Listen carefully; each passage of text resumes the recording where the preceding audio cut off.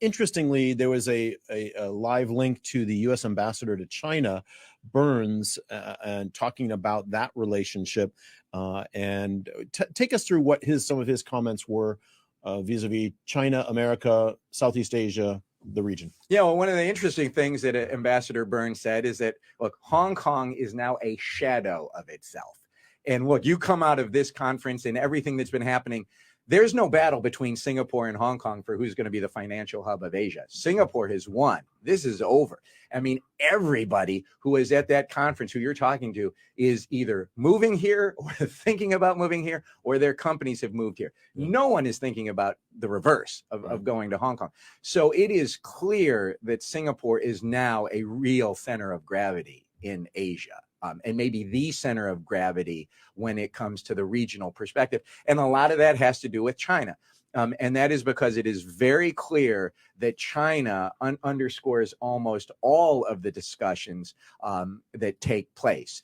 And Ambassador Burns was extremely strong in his statements that we are seeing, and to quote Ambassador Burns, saying, we are seeing a new offensive, if you will, by the People's Republic of China. They're the party that's changing things. It's not the U.S. that is changing the status quo. It's not Nancy Pelosi's visit to Taiwan that is changing the status quo that we've had in the region. And from China, it is Xi Jinping who has changed that. So it was very, very much a strong message from Ambassador Burns. And what was really interesting is that there was very little discussion about China during the open panels because nobody wants to say anything because they are afraid of the consequences. Backlash. Huh?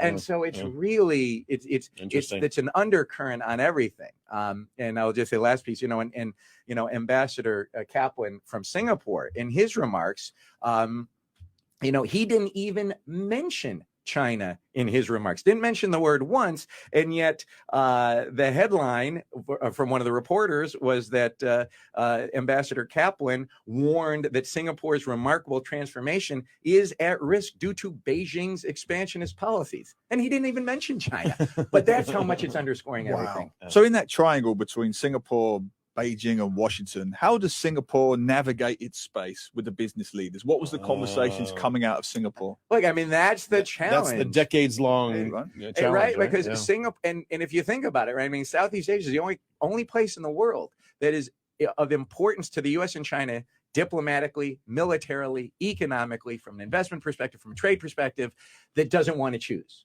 Everybody else has chosen, right? The EU has chosen, Japan has chosen, South Korea has chosen, North Korea has chosen, Australia has chosen. Southeast Asia doesn't want to choose. But how is it going to be able, as the antagonism is growing stronger between the U.S. and China, where China refuses to work with the U.S. on counterterrorism, on narcotic flows, let alone on pandemics and on climate change? How is it going to balance out here? And that's why everybody is almost walking on eggshells when it comes to talking about China publicly. Privately different, but publicly it's very quiet. One top takeaway, 30 seconds from the Milken conference. You've been, over the years, many times. Yeah.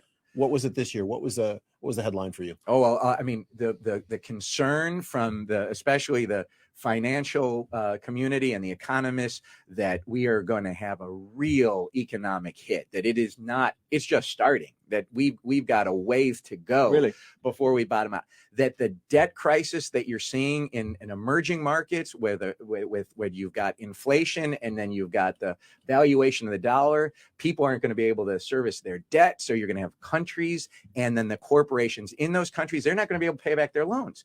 So what's going to happen to those businesses? What's going to happen to those countries? What's going to happen to those people? So a real negative outlook of what's happening. And I've never seen, I don't think, at Milken, the pessimism overall.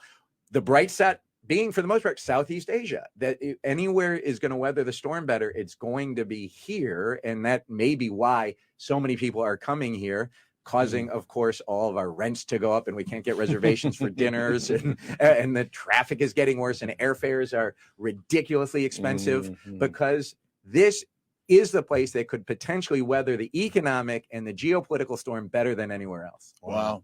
Thanks, Steve. Appreciate your input on that. We do have to go.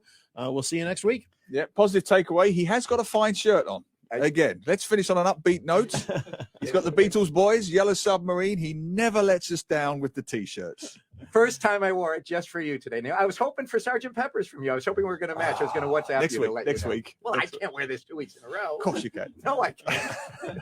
T-shirt wars. If on you Buddy do, FM. hopefully you'll T-shirt wash it wars. between now and then. But all right, guys, thanks so much. Got to run.